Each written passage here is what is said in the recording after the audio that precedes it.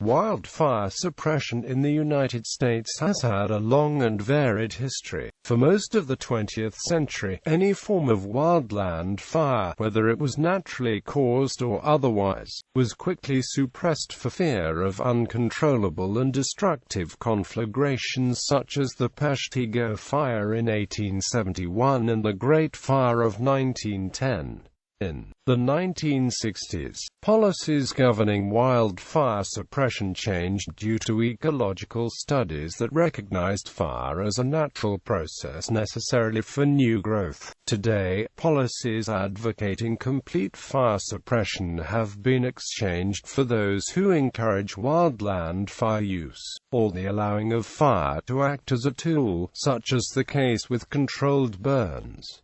19th century and early firefighting. In the eastern United States, with its significant rainfall, wildfires are relatively small and have rarely posed a great risk to life and property. As settlements moved further west into drier areas, the first large-scale fires were encountered. Range fires on the Great Plains and forest fires in the Rocky Mountains were far larger and more destructive than what had ever been seen in the East. Yellowstone National Park was established in 1872 as the world's first national park. For the next several years, administration of the park languished until 1886, when the U.S. Army was assigned the responsibility for its protection. Upon its arrival in the park, the Army found numerous fires burning in developed areas as well as in areas where it was not reasonable to control them. The commanding officer decided that human-caused fires along roads posed the biggest threat and that the Army would concentrate its suppression efforts on the control of those fires.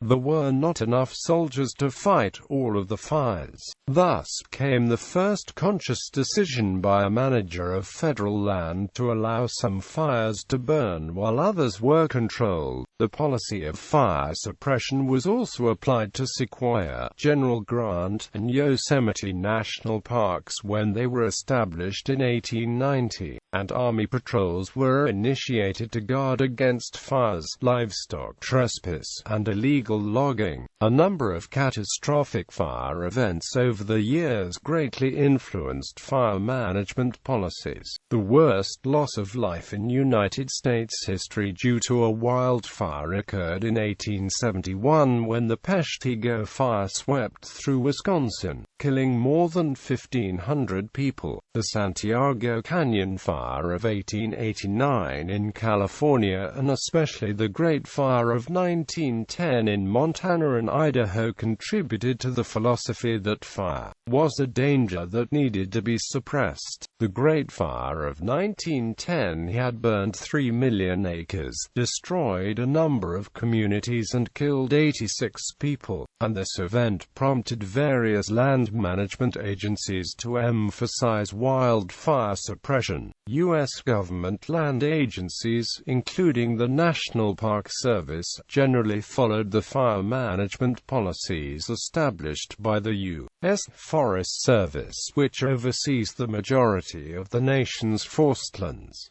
Suppression as a rule. Before the middle of the 20th century, most forest managers believed that fires should be suppressed at all times. By 1935, the U.S. Forest Service's fire management policy stipulated that all wildfires were to be suppressed by 10 a.m. the morning after they were first spotted. Firefighting crews were established throughout public lands and generally staffed by young men during fire seasons. By 1940, firefighters known as smoke jumpers would parachute out of airplanes to extinguish flames in remote locations. By the beginning of World War II, over 8,000 fire lookout towers had been constructed in the United States. Though many have been torn down due to increased use of airplanes for fire spotting, 3 are still used each year in Yellowstone. Firefighting efforts were highly successful, with the area burned by wildfires reduced from an annual average of 30 million acres during the 1930s, to between 2 million acres and 5 million acres by the 1960s. The need for lumber during World War II was high, and fires that destroyed timberland were deemed unacceptable.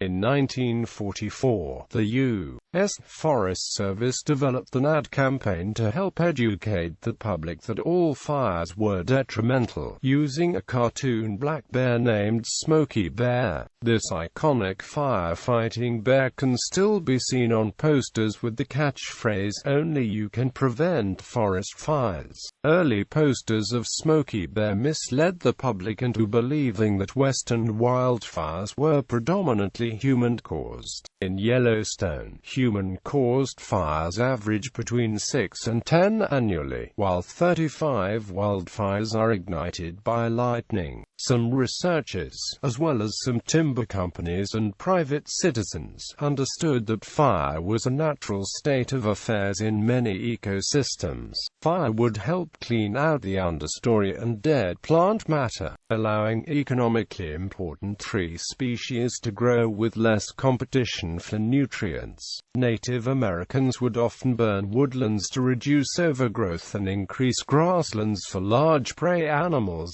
such as bison and elk. When the U.S. Forest Service was established in 1905, it became the primary task of the Forest Service to suppress all fires on the forest reserves it administered. In 1916, the National Park Service was established and took over park management from the Army. Following the Forest Service approach, fire suppression became the only fire policy and remained in the national parks for the next 5 decades. Some foresters questioned the economic logic of such suppression efforts. However, the extensive fires of 1910 solidified the Forest Service as the premier fire control organization, and fire suppression remained the only fire policy for all federal land management agencies until the late 1960s. Complete fire suppression was the objective, even though these early efforts were less than successful until the advent of vehicles, equipment, and roads during the 1940s. As early as 1924, environmentalist Aldo Leopold argued that wildfires were beneficial to ecosystems, and were necessary for the natural propagation of numerous tree and plant species. Over the next 40 years, increasing numbers of foresters and ecologists concurred about the benefits of wildfire to ecosystems. Some managers allowed low-intensity fires to spread in remote areas unless they threatened valuable resources or facilities. By 1934, a policy of extinguishing all fires by 10 a.m. of the next burning period was implemented. This resulted in the build-up of fuels in some ecosystems such as ponderosa pine and Douglas fir forests. Changes to policy. The policy began to be questioned in the 1960s, when it was realized that no new giant sequoia had grown in the forests of California, because fire is an essential part of the life cycle. In 1962, Secretary of the Interior Stuart Udall assembled a special advisory board on wildlife management to look into wildlife management problems in the national parks.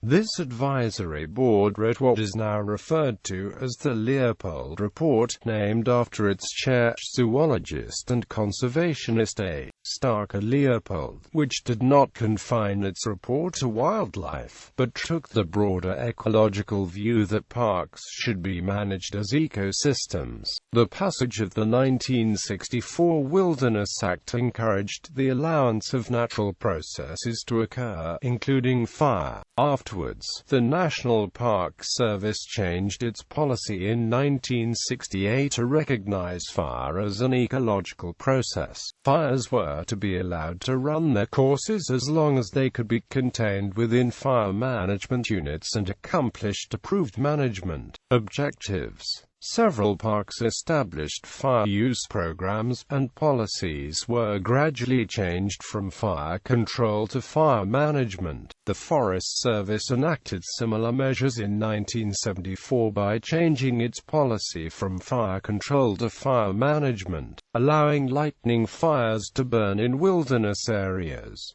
This included both naturally caused fire and intentional prescribed fire. In 1978, the Forest Service abandoned the 10 a.m. policy in favor of a new policy that encouraged the use of wildland fire by prescription. 3 events between 1978 and 1988 precipitated a major fire use policy review. In 1989, the Ouzel Fire in Rocky Mountain National Park, the Yellowstone Fires of 1988 in and around Yellowstone National Park, and the Canyon Creek Fire in the Bob Marshall Wilderness on the Lewis and Clark National Forest. In all 3 cases, monitored fires burned until they threatened developed areas. While none of the Yellowstone fires of 1988 were caused by controlled burns, later investigations proved the fire use policy was appropriate, though needing strengthening and improvement. The Secretaries of Agriculture and the Interior convened a fire policy review team to evaluate the National Park Service and Forest Service wilderness fire policies. The team reaffirmed the fundamental importance of fire's natural role but recommended that fire management plans be strengthened by establishing clear decision criteria and accountability, and that interagency cooperation be improved. Wildland fire use programs restarted slowly after the 1989 review. Eventually, the Forest Service and National Park Service programs began to grow as the number of fires an area burned increased. Current climate. Suppressive action taken during the South Canyon Fire, which was ignited by lightning in a fire exclusion zone on July 2, 1994, caused controversy after a blow-up killed 14 firefighters 2 days after the initial blaze. An interagency team was formed and issued the report in August. They cited several direct and contributory causes of the fatalities, including fire behavior, personnel profiles, and incident management procedures. The South Canyon incident led to the first comprehensive review and update of federal wildland fire policy in decades. The report reiterated that the first priority of all federal wildland fire programs was firefighter and public safety. With regard to prescribed fires and prescribed natural fires, the report stated that wildland fire will be used to protect, maintain, and enhance resources and, as nearly as possible, be allowed to function in its natural ecological role. Quote, in 1998, a new procedures guide used the term wildland fire use to describe what had previously been prescribed natural fires. By the end of the decade, a 1995 policy had reinvigorated wildland fire use programs and given managers the support they needed to enable the programs to continue to grow and mature. Fire management benefits began to appear, such as the 2000 Hash Rock Fire, which burned almost all of the Mill Creek Wilderness on the Ochoko National Forest in Oregon before it was suppressed. When the wildfire reached the 1996 Mill Creek Fire, which had been managed under the Wildland Fire Use Program, it went out. Use of fire presently varies in various federal agencies, partially due to differing influences such as land proximity to urban areas,